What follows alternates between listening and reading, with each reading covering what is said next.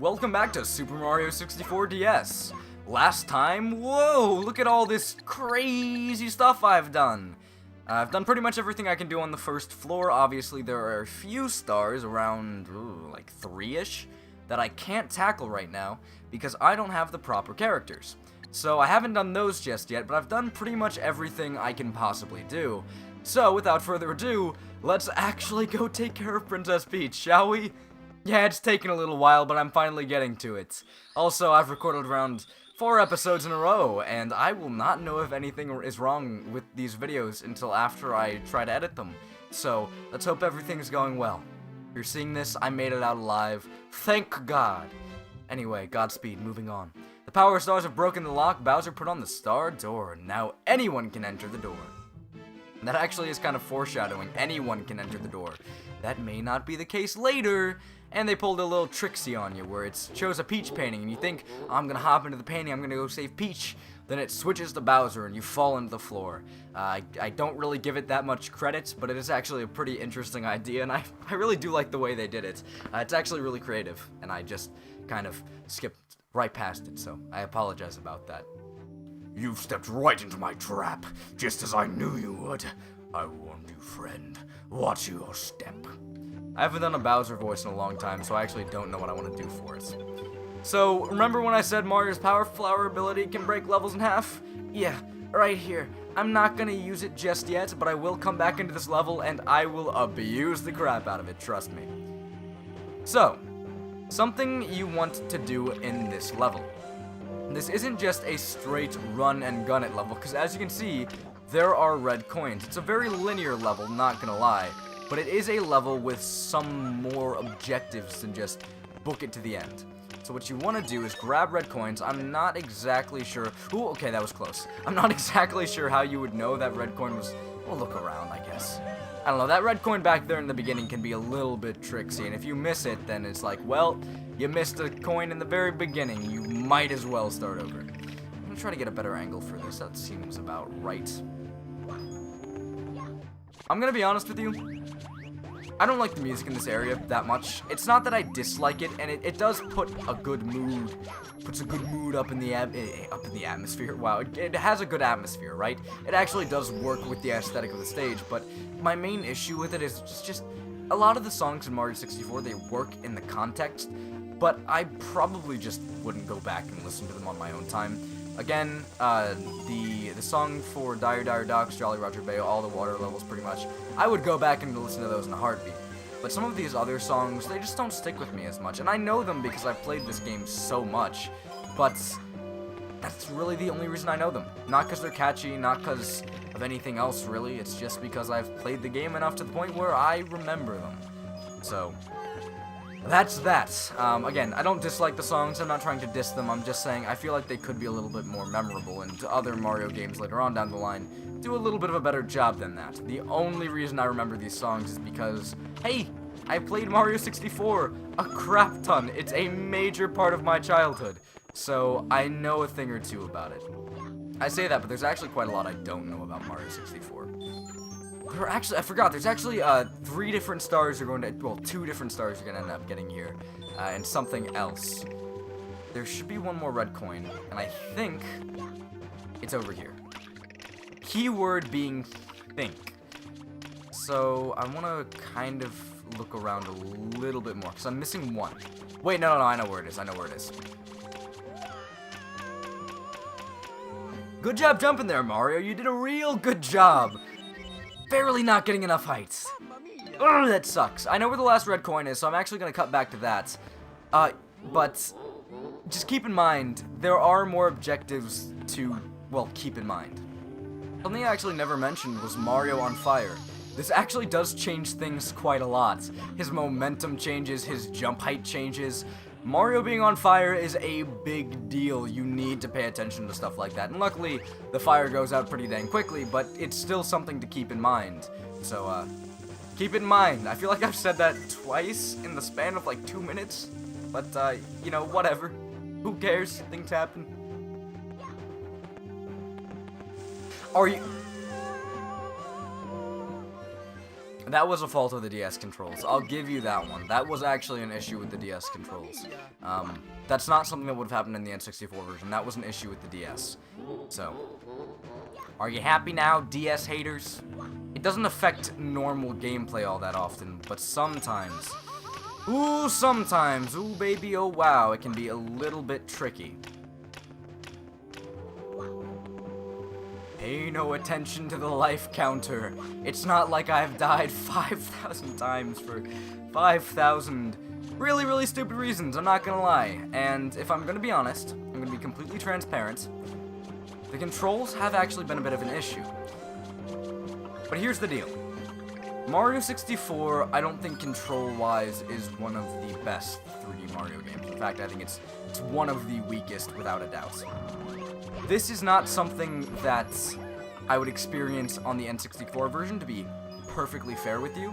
This is actually an issue with the DS version itself, but doing platforming like this, where it's somewhat tight, on the N64 still isn't the greatest. But I'll give you DS haters one thing. I am having issues with the controls. That's not something I'm gonna lie about. There were a few instances where I would not have died in the N64 version, but I died here in the DS version. Again, that's just something that's kind of par for the course when it comes to playing on a D-pad of sorts. Or playing with controls that were meant to be used on a D-pad. It's not like, it's just kind of like a no-brainer. There will be some accuracy lost there. But I don't think it's a major deal. It's killed me, like, how many times in this total playthrough? Like, once? Who cares? Whatever. It's actually a lie. It's killed me, like, twice. It's not a big deal either way. Oh, yeah, by the way, Switch Star! Yeah, that happened. There are red coins and Switch Stars in every single Bowser world, so keep that in mind. I say keep that in mind all the time, but you gotta keep it in mind because it's important information, trust me. Also, all of those stars actually do access 100 coin stars. It asks you if you want to save, and then it just throws you back into the level. So, that's pretty nice. I wish they did that for every star, but, you know, better some than none. Tough luck. Looks like Princess Toadstool isn't here. Go ahead. Just try to grab me by the tail. You'll never be able to swing me around. A wimp like you could never throw me onto the... Throw me by circling the touchscreen. Never. I'm not gonna try that laugh again. I have a bit of a voice issue right now. I've lost my voice. But welcome to the Bowser fights. We fight Bowser pretty early in this game. What you want to do is sneak up behind him, grab him by the tail, and swing him around. On a D-pad, this sucks. There's a reason they talked about using the circle, or not using the circle pad. That's on the 3DS. This was not out during 3DS's time period. There's a reason they talked about the touchscreen. Because if you try to throw him using the D-pad, it sucks. Though that might just be an issue with me. I'm gonna be perfectly honest with you, one thing I actually do fear when it comes to doing a playthrough of this game is these fights. Not particularly because they're super duper hard, I'm just bad at them. Timing has never been my thing. There's a reason that I'm actually not good at rhythm games. It's because rhythm timing itself is lost on me. But, this fight isn't the one that scares me, it's the final fight. That's what scares me. This is kind of like a, I don't want to say tutorial, but it's kind of an introduction to a style that we'll be using to face Bowser with for a long time. I was a bit careless. This is not what I had planned. But I still hold the power of the stars, and I still have Peach. You'll get no more stars from me. I'm not done with you yet, but I'll let you go for now. You'll pay for this. Later. Laughing's hard, especially on command. And with that, we have a big key.